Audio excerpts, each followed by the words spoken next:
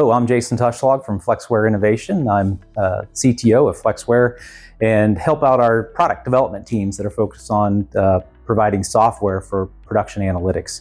Today I'm going to talk a little bit about bottleneck analysis. It can be a complex topic. I'm just going to cover the overview key points. Okay, so for bottleneck analysis, what are we trying to solve with it? So the name implies that the bottleneck is a restriction of flow, and we have restrictions of flow of materials inside of manufacturing facilities, and understanding those restrictions is key to improving the ultimate throughput of your production process. So there's really several vantage points to think about with bottleneck analysis. First of all, when you design a manufacturing line, you've designed in some concept of what the bottleneck is or what the pacemaker might be within that production process. So let's start there. If you take a typical manufacturing process, let's break this up into multiple operations. Let's just say that we have an operation 10, an operation 20, an operation 30, and an operation 40. So for your industry, these operations would be the changes we're making to the product as we produce it. So if you're in a packaging operation, this might be a labeler, a cartoner, a case packer.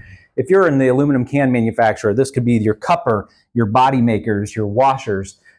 These operations are generic in this form, but can apply to a lot of different industries. So if we look at these various operations that we need to apply, typically, when you're designing a line, somebody has given you some type of target for production throughput. So let's draw that line on here. Let's say that we're being asked to produce 1,500 parts per minute. So parts per minute. So as a manufacturing engineer, I'm looking at this and saying, okay, what machines am I going to procure or deploy at each of these operations in order to reach that goal? And I need to have some excess capacity there to account for downtime or changeover or tool changes, etc. So let's add a scale here on the side. So we can say we've got 500 parts per minute, 1,000 parts per minute. So this would be our 1,500 parts per minute and 2,000 parts per minute. So typically when we build these lines, we work with OEM equipment manufacturers, and the machines that they provide come to us with a maximum rate, a rated speed, a theoretical run rate, something like that. So we have to take that into consideration when we're designing our line. Again, we also have to add in extra capacity to cover all the non-production time. So let's do some examples here. So let's say that operation 10, that the standard piece of equipment that we can buy does 1,000 units per minute. So we buy machine number 1, just call that M1. And that's obviously not enough to reach our goal of 1,500 parts per minute. So we buy a second one of those machines, which that brings us up to the 2,000 mark. Now we're at that rate, and we've got roughly 500 parts per minute of excess capacity that we can exceed our goal. Now let's look at the operation 20. We'll say this is a more complex operation. The machines here are not as fast. We're going to need even more of them. So let's say that we have roughly 300 parts per minute. So we have to buy quite a few of these machines. So let's just keep going here.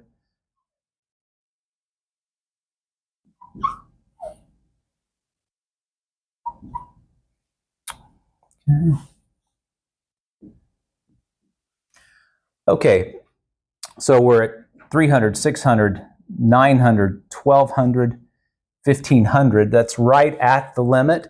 It's probably not safe to have just that amount, so we would probably have an extra machine here that does the 300. So machine 1 here again did 1,000. Machine 2 did 1,000. So let's start summing these up as we go. So we've got a total of 2,000 parts per minute on operation 20, and we have now 1,800 parts per minute on operation 20. Let's say that operation 30 is a very fast process and one machine does more than enough of our capacity. Let's say that it provides 3,000 parts per minute. And then op 40, let's just do something where we've got two machines here. Let's say that that's 1,000 again. And this is our extra 1,000. Okay, so now we've purchased equipment that each of the operations can exceed what our goal was. And if we round out our sum of our capacity at each one of these, we can see that operation 20 is our designed-in bottleneck. It's our pacemaker. It's our slowest process. Even with all these machines, the maximum throughput for this line is going to be the 1,800 pieces per minute because of this bottleneck. So we can draw kind of a threshold.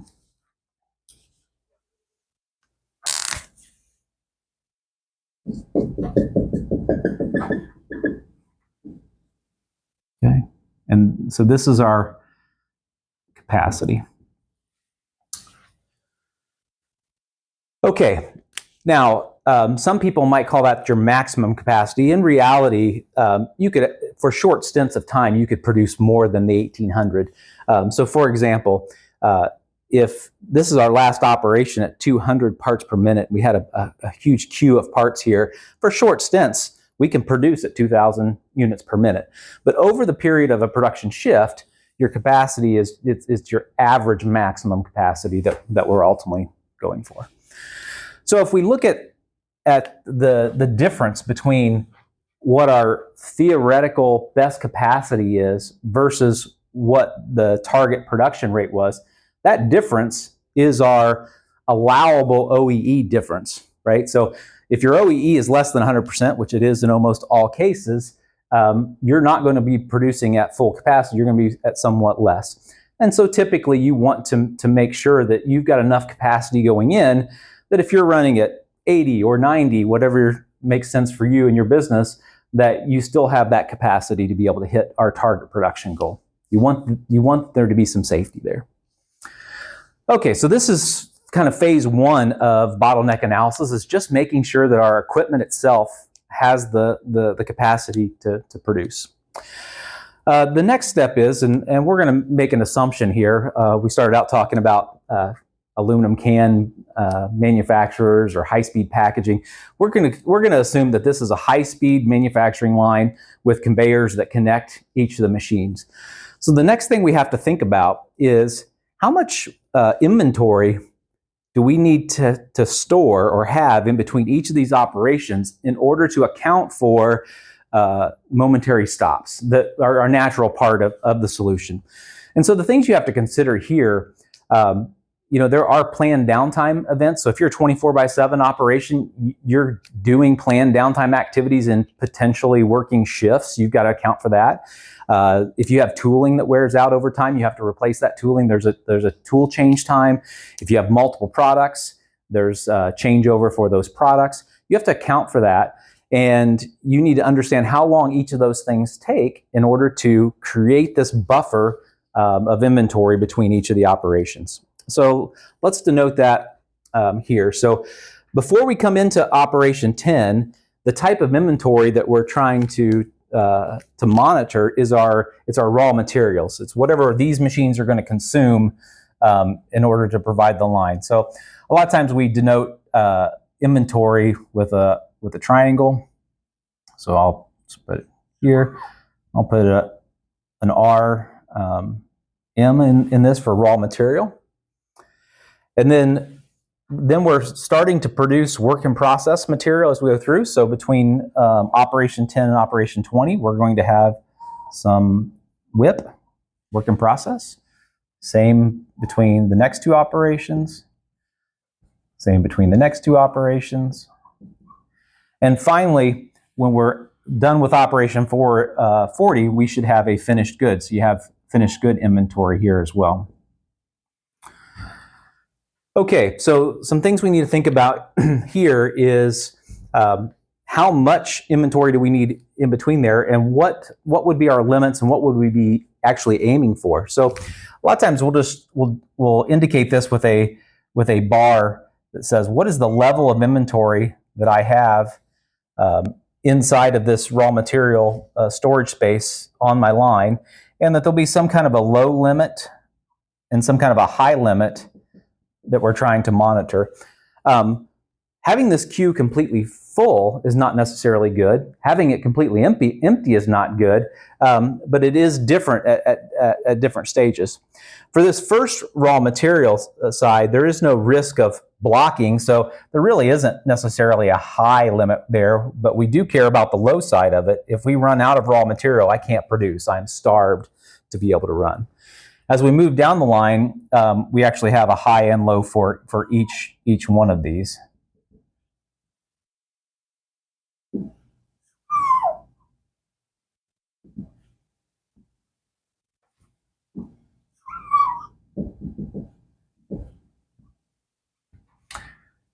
And finally, for our finished goods, we actually have a high limit here. If we fill up this finished goods queue, we're blocked, we can't produce anymore. We don't necessarily have a low. If we're low on finished goods, it's not going to stop our process from actually running.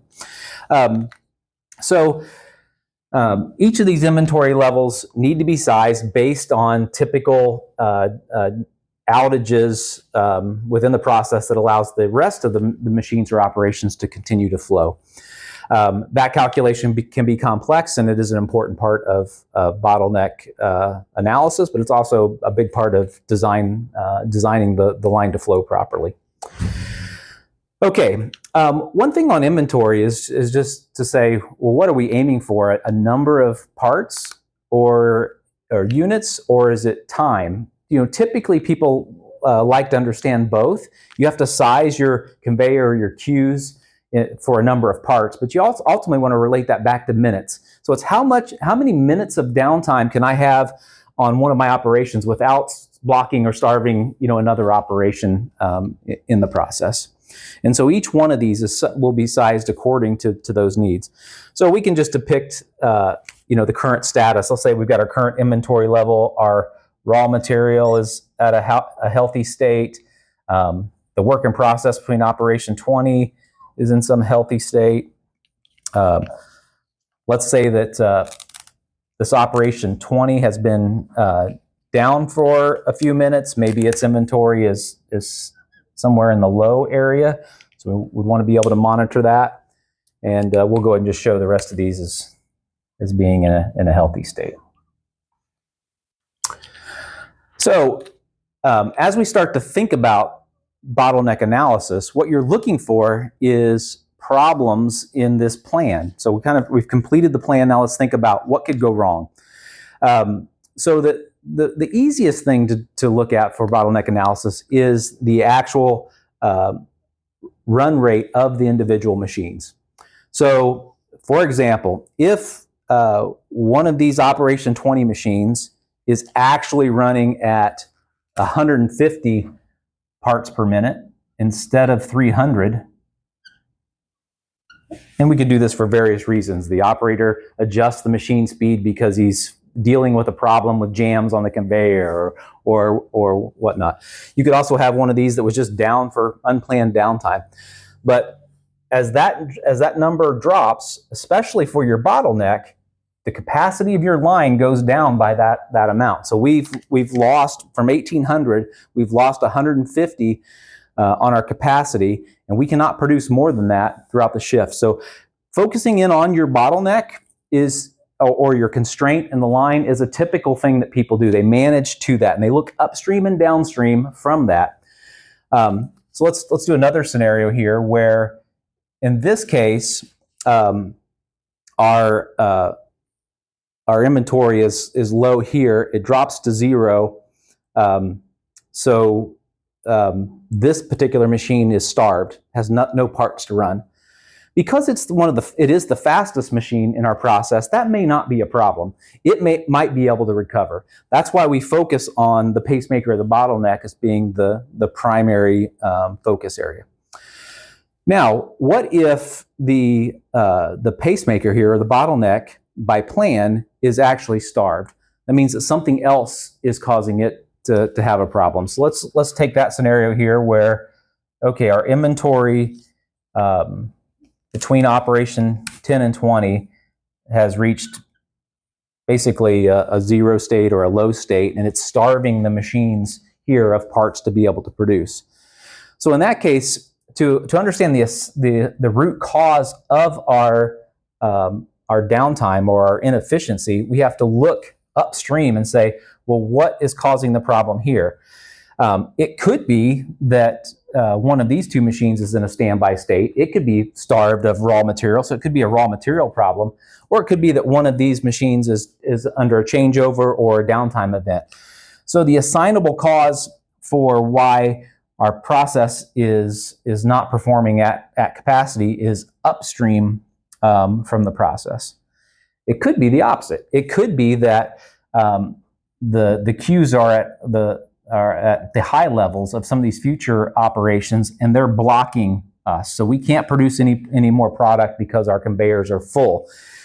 In that case, we have to look upstream to find the actual problem within the process.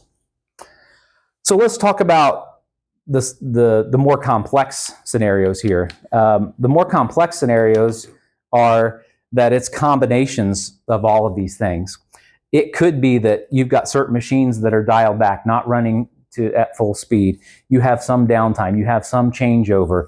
To be able to figure out where your real problem is critical. So first of all, let's talk about why do we even care?